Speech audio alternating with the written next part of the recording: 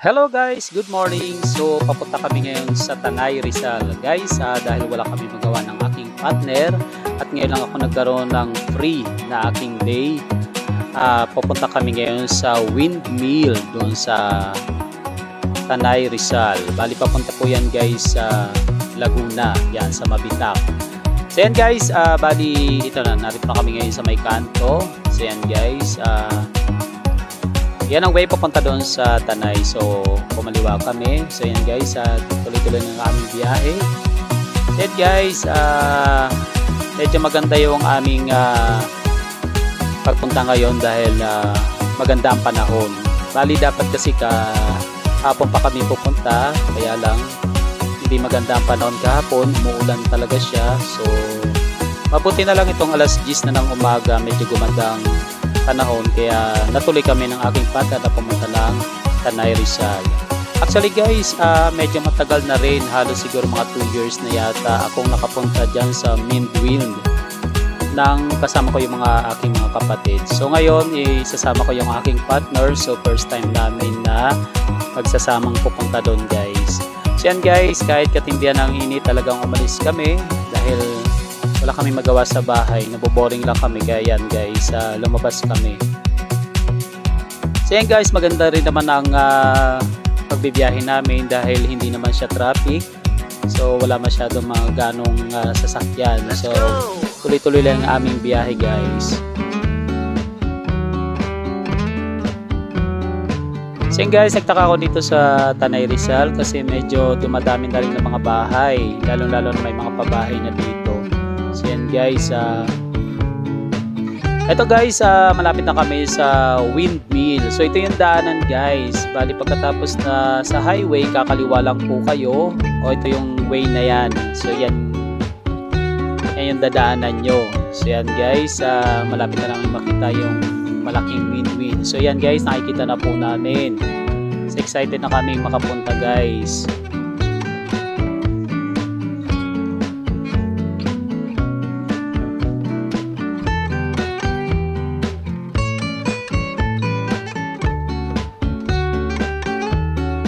Okay guys, dito nga pala haharangin kayo ng mga tao. Hindi ko alam kung ano barangay tanod ba sila. So ibig sabihin, tatanungin lang kayo kung anong gusto niyo, public or private. Kasi kung may private kayo pupunta guys, magbabayad kayo ng 350. Pupunta kayo doon sa magandang view. Maraming mga magagandang view ang pupuntahan nyo doon sa private guys. So sabi ko sa public na lang kami dahil sa nakapunta na naman kami dun sa private guys. So yan, dumire-diretso lang kami guys. Sa pinakadulo niyan, doon namin makikita yung public kung saan wala pong bayad guys. Free talaga. Bali ang babayaran nyo lang po dito ay yung inyong paparadahan na motor or sasakyan. Sa amin nagbayad kami ng 20 pesos sa parking area. So yan guys, maayos naman at maganda at safe naman ang motor nyo, kaya wag kayong mamroblema. So yeah guys, pagpunta namin, marami na rin mga tao, tsaka marami na rin mga sasakyan talaga nakaparada. So yan guys, dito kami tinawag ni Kuya. So yan, dito kami paparada. Ang dami namang paparadahan guys, marami nag-aagawan ng mga tao na kung saan kayo pwedeng pumarada. Bawat kanto niyan may mga paradahan. Medyo hindi lang maganda yung napunta sa amin, kaya lang nadya na po, kaya sige na lang, dito na lang kami paparada. Malambot kasi yung lupa dito, kaya hindi ko nagandahan, kaya lang at least maluwag naman na. So yan guys, nilagyan ko na lang ng bato yung ilalim ng aking motor para hindi talaga siya lumubog. So yan guys, papunta na kami ng aking partner sa windmill ng malapitan. So yan guys, kahit mainit ang panahon ay talagang pumunta talaga rin kami dahil sa gusto rin namin makita ng malapitan ang windmill. So yan guys, ayan na po siya guys. Yan ang aking partner. So yan na, nakikita nyo naman po guys, sobra talagang init ng panahon. So yan, welcome to windmill farm. Sa Tanay, Rizal po yan guys. Yan guys, pagpunta namin, mayroong isang lugar na kung saan pwede kayong tumambay. Mabuti na lang at nagkaroon sila dito ng tambayan. Actually, may kainan din po yan sa loob guys. So yan, dahil sa matindang init, nagpunta lang kami dito sa may gilid. Yan guys, hindi kami nakapagpa-picture dyan sa lugar na yan dahil sobrang ang init. At saka Laguna Bay po yan guys, yung tubig na yon. So ito may mga tinginan din dyan guys, yung mga way kung saan pupunta hanggang sa inyong Mindwin. At may mga part din po yan, mga history. So yan guys, mababasa nyo naman po. Mayroon sila mga billboard dyan na nilagay.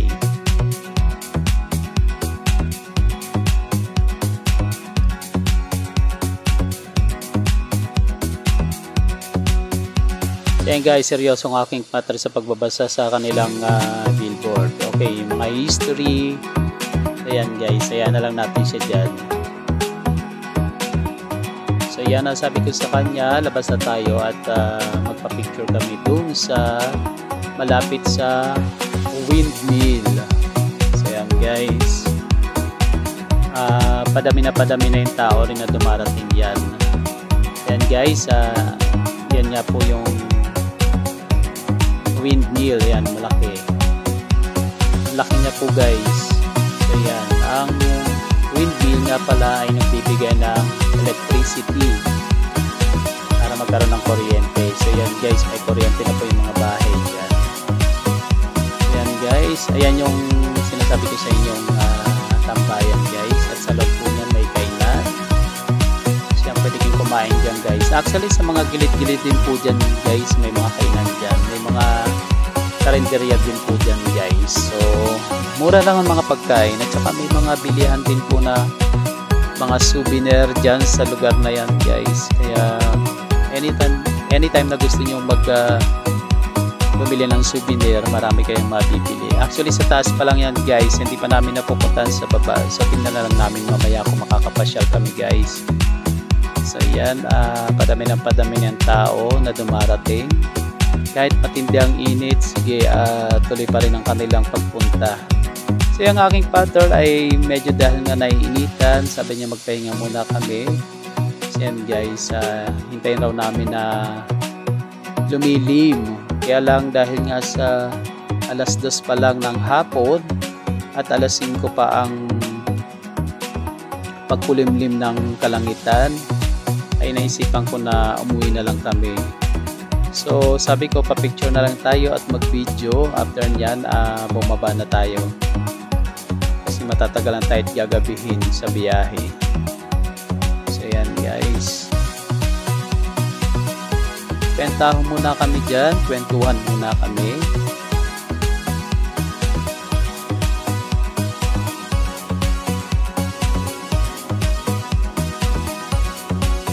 Guys, tuwa kami doon sa dalawang aso. Yan guys, so ang kupit kasi.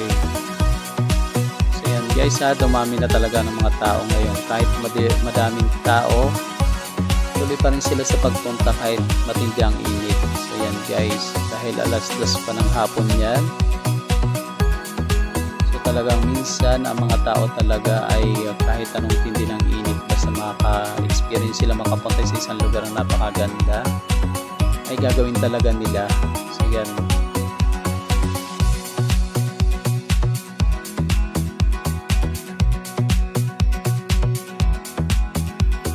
Yan. Okay guys, yung time na yan ay pauwi na kami yan guys. So nag-video lang muna kami para makita naman talaga yung Mindwin. Actually yan, paikot yan guys. Napakarami ng malalaking Mindwin na yan. Hindi na lang namin siya inikot dahil nga sobrang init nga. So yun mga tao guys. So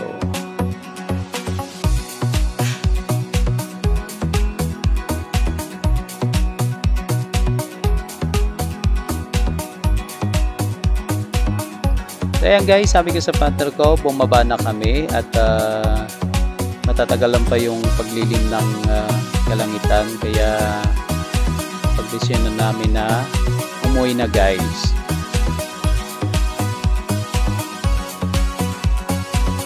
So yan guys, pababa kami niyan, pauwi na. So yan guys, nagbabay na aking yung aking partner. So yan guys, pababa na kami niyan. So yan, kung makikita nyo yan guys, pagpacket kayo sa may wheel green. So bago kami umalis guys, pumunta muna kami dito sa mga tinda nila. Sa gusto namin makita kung ano mga tinitinda nila dito guys. So yan guys, marami sila mga souvenir na mabibili dito kung gusto nyo. So yan, at saka marami rin mga paradahan dito guys. Mamili na lang kayo kung saan nyo gustong pumarada. Yan, tingin-tingin ako baka may magustuhan ako. So yan,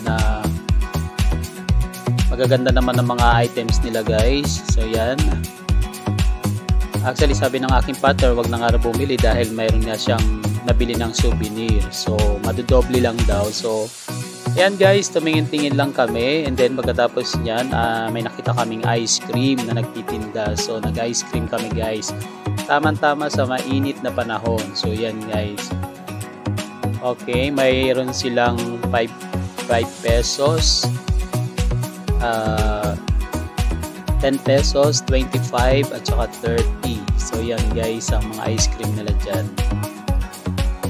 So yan, makikita nyo rin meron din nagtitinda dito ng mga piniritong manok. Yan, saka yung skin na manok na piniprito. Yan, ang sarap niyan guys, nakatim na ako niyan.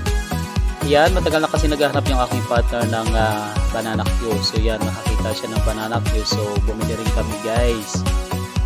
Actually meron kaming baon sa motor, kaya lang dahil nga sa nagustuhan ng aking partner yung banana Q, so bumili na rin siya. So yan guys, sa mga paninda pa dito, yan, may kasamang aeroplano guys. Actually para yung ano, yung tinituping papel, yung parang aeroplano, tapos tumilipad siya. Kaya guys, dito kami tumambay sa aming pinaradahang motor. So yan guys, kumakain yung aking partner, medyo nagutom siya guys.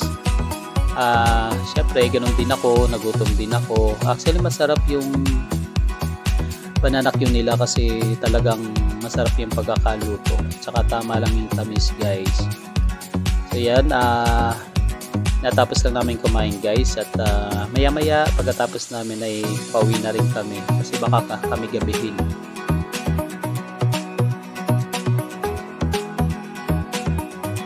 Sarap na sarap sa pagkain ako. So yan guys, pauwi na kami. So yan guys, maraming salamat sa panonood.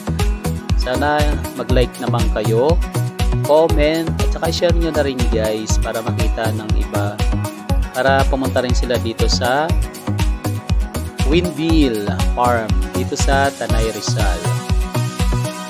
Okay guys, maraming salamat sa inyong lahat. God bless to all. Bye bye.